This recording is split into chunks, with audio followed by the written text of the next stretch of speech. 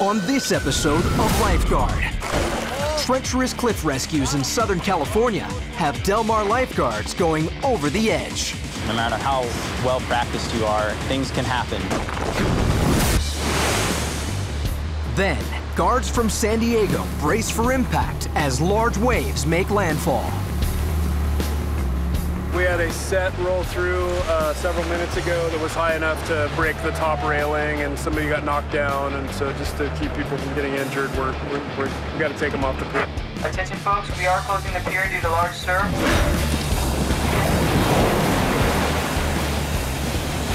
It's certainly large, and you got to be at the top of your game. But you know, when it gets bigger, it gets in the 20-foot range, then it really becomes even more dangerous.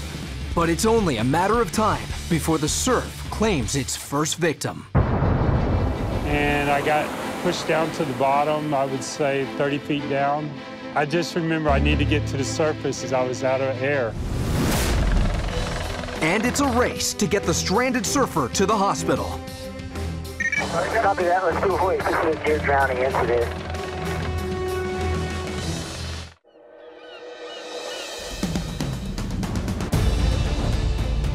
The lifeguards of Southern California protect over 400 miles of coastline.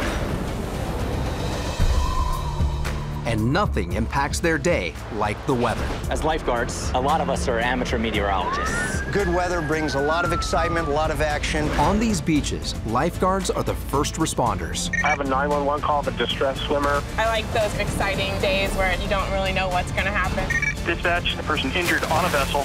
They are there to save you. They are there to lifeguard.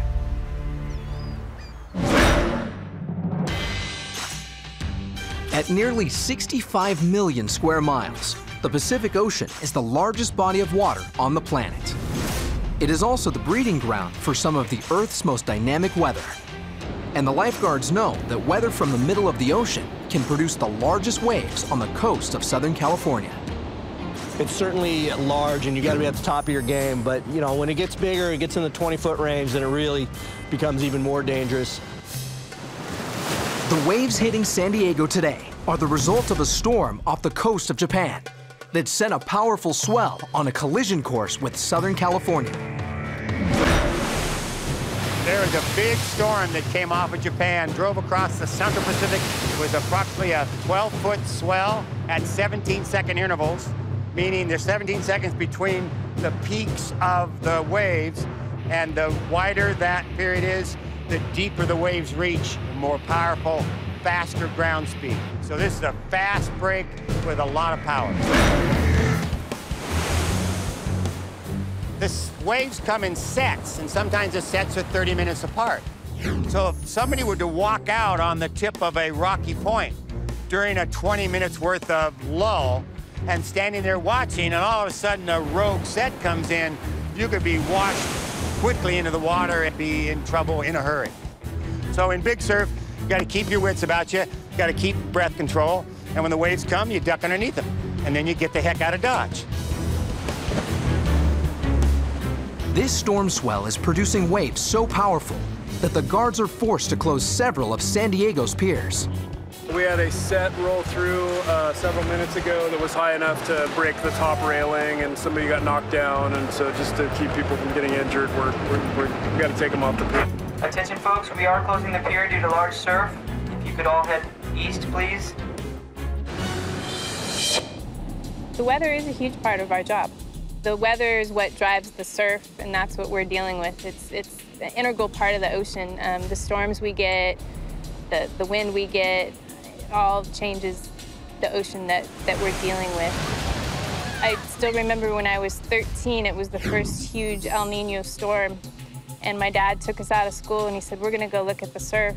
And we came down to this beach and half of the pier had collapsed and the waves were 20 to 30 feet. I mean, it was a pretty incredible time.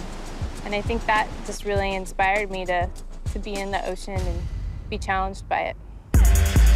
Some of the largest surf in San Diego is being produced in a remote and rocky area just north of Pacific Beach, which is exactly where the lifeguards received their first call of the day. Dispatch to North PB 21 Sam for a surfer that's injured. The 911 call came in, and the 911 caller was reporting that there was an injured surfer, unconscious. He was pulled out of the water, and that lifeguards were needed. On patrol in the Pacific Beach area when the call comes in is Sergeant Ben Lewis. 21 down. Sounds like the surfer's on the rocks, possible near drowning. At that point, I immediately called for backup because I knew we were going to need additional personnel way out there on the rocks. It's difficult to access, and we can't drive out there with the truck, so it's a matter of getting out there on foot. Fire, this is Lifeguards requesting medics at the foot of Sea Ridge for injured surfer. Copy that, 21 down on scene. Lifeguards Lewis and Darling are the first responders. I got on scene just as my sergeant did in his vehicle and grabbed the med pack. Just started heading out towards the victim. Just moments earlier, two brave bystanders entered the thunderous surf and pulled the injured 57-year-old man out of the water. We both saw a guy, in a little trouble out there, He didn't, he was hurting, it looked like, trying to swim in, like no power to it. But then right when he got to the reef, sort of just clanged onto it and didn't move for a while, so me and Jim went out there and helped him out. We were able to grab him under each arm. The surf was still, way overhead. Yeah, still it went over us while we were helping him out, and we dragged him up into shallower water where we were able to lay him on his side and get him to cough up a lot of water. This guy had a hard time making it in without his board, and by the time he made it into the rocks at PB Point, he was exhausted, had spent some time underwater, and may have swallowed some or even inhaled some water. If the injured surfer inhaled any amount of salt water into his lungs, he could be suffering from secondary drowning. When that salt water gets into your lungs, the body tries to compensate for that, and fluid rushes in to basically desalinate the lungs, so make it less salty.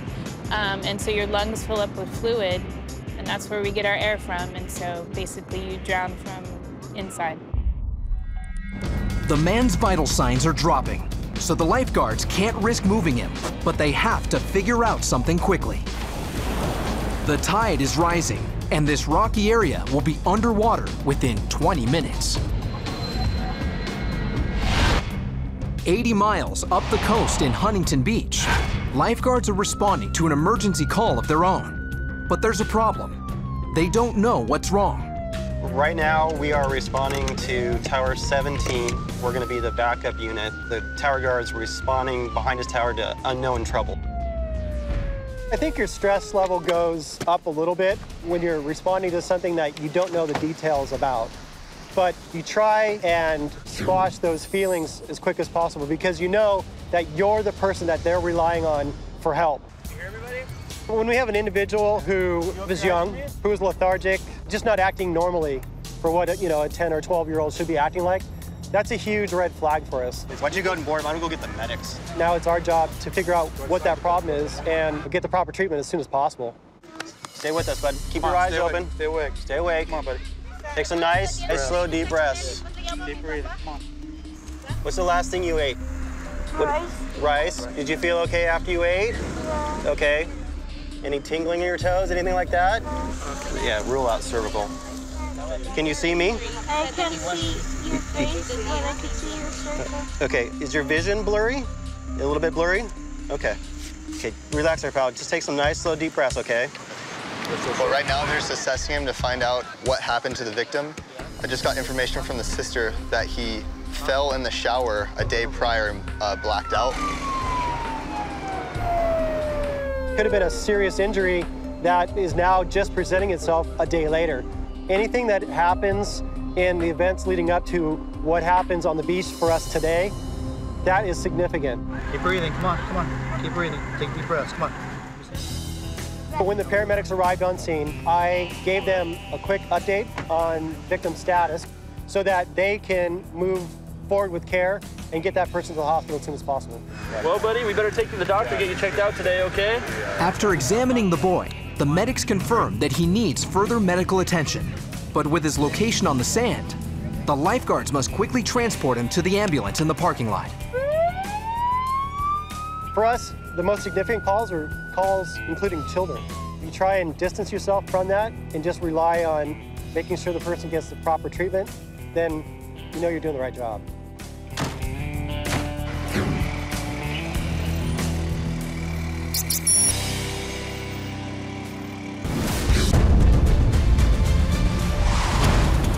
In San Diego, powerful waves, formed by a storm halfway around the world, are punishing the coastline.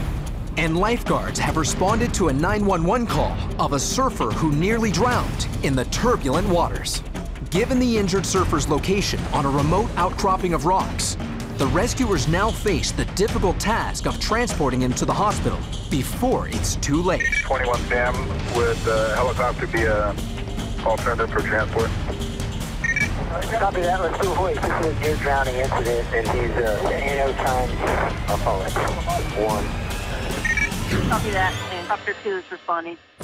8 miles inland, San Diego Fire Copter 2 embarks for the coast, while the rescue workers on scene continue their attempt to stabilize the victim. Do you have a lifeguard that you can deploy to start clearing the area for the helicopter? Grab your board, help! Get out of here! 21 Sam, I see we're ready for the medic insertion.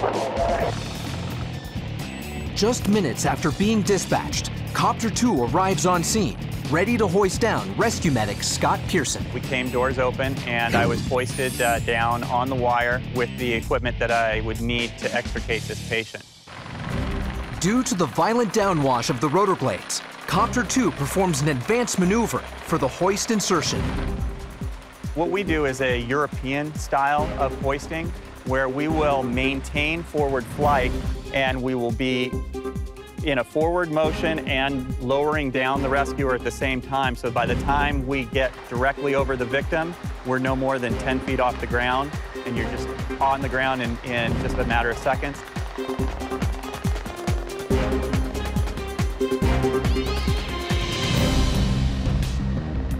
Now on the ground, paramedic Pearson makes his way across the slippery, moss-covered rocks to the victim. And after a medical download from the team on the ground, he understands their fear for the surfer. One of the things that we're really concerned about in cases like this is secondary drowning. Because of the salt content of our ocean, it doesn't take much water to disturb the balance and flow of fluids across the membranes in the lungs. And that's what will cause the secondary drowning.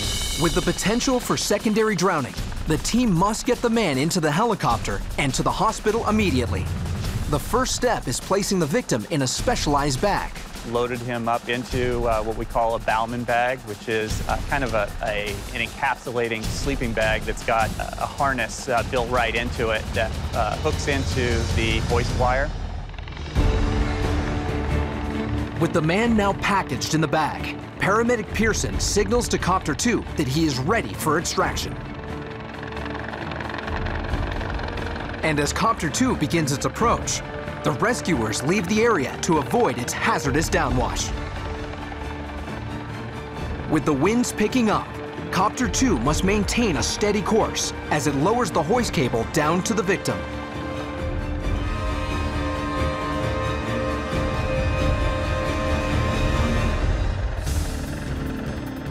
Successfully grabbing the cable, paramedic Pearson quickly makes the connection and Copter 2 departs for a local hospital. This precision extraction is the end result of a combined effort by rescue workers and a couple of brave locals. All right, you guys, thank you so much. You're welcome. Hope he does well. Oh yeah, me too. We, as lifeguards, really appreciate citizen help. They were the beginning of saving this man's life, and then we just kind of came in and finished up. The guy was in trouble. He was in serious trouble at water's edge there, and they ran down and helped him out.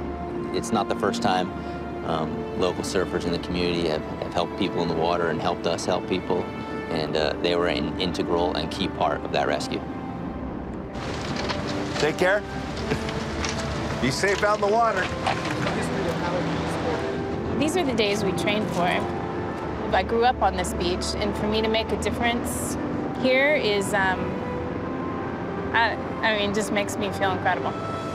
So I'm very lucky to have this job and have that opportunity.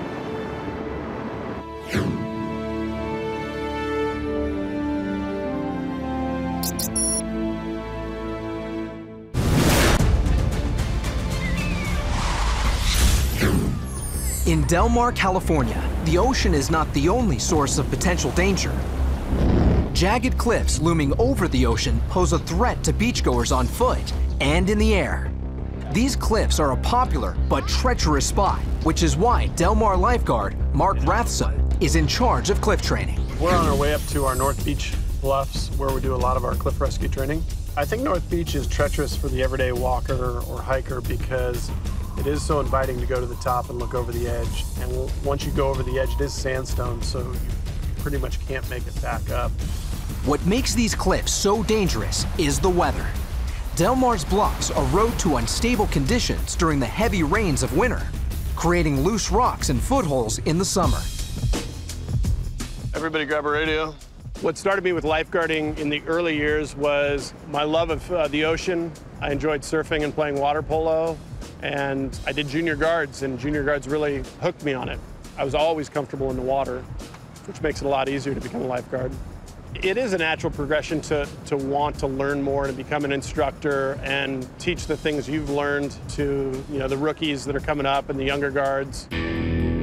These cliff rescues can be very dangerous. You're 100 feet over the surf, and things can happen. So that's why we train on a regular basis so they don't. Today's training session is essential as cliff rescues in Southern California come in all shapes and sizes. From extracting injured cliff divers at San Diego's famous Sunset Cliffs. Got him. Slow. The glider down Scissors, Charlie, requesting a cliff response. To airlifting those in dire need of medical care. And saving hikers desperately stranded hundreds of feet above Black's Beach. The guards risk life and limb to rescue those in peril. And without the proper training today, they won't be ready for the real thing tomorrow. This afternoon, Mark oversees the training exercise that simulates a stranded hiker rescue. The responder is going to be you, Steve. You're going to go down on the main line. Lifeguard Steve Glass will be the rescuer in the operation, while Kaylee Emerson will belay him from above. As the rescuer on his way to the victim, I'm first of all thinking about my own safety, and there's always danger. No matter how many times you do it, no matter how well practiced you are, it's always nerve-wracking when you take your first step over the edge. As Steve makes his move, he has to clearly relay his progress to Kaylee, or it could spell disaster. Communication is very important in the cliff rescue. You don't know if it's going to be a real windy day. You don't know if you're going to be working underneath a helicopter or at night. Sometimes you can't communicate via radio, and it's hand signals. So it's important to be able to train and be proficient at it at all times. Kaylee, stop. With Steve in position, it's imperative that all the lifeguards work together. The team up top must manage the lines. Otherwise, Terry and Steve won't be able to navigate the face of the cliff. There's a lot to make high-angle rescue dangerous. There's a lot of unknowns.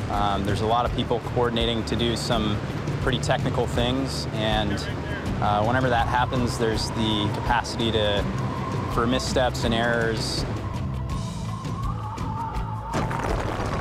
As the sandstone crumbles and falls, it's a concerted effort to get the lifeguards on solid ground.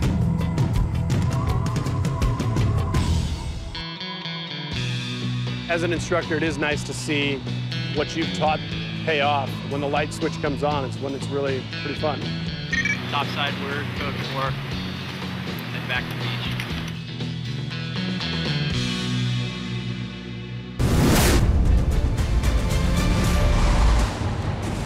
After a powerful storm in the Pacific Ocean, California received some of the biggest surf of the year.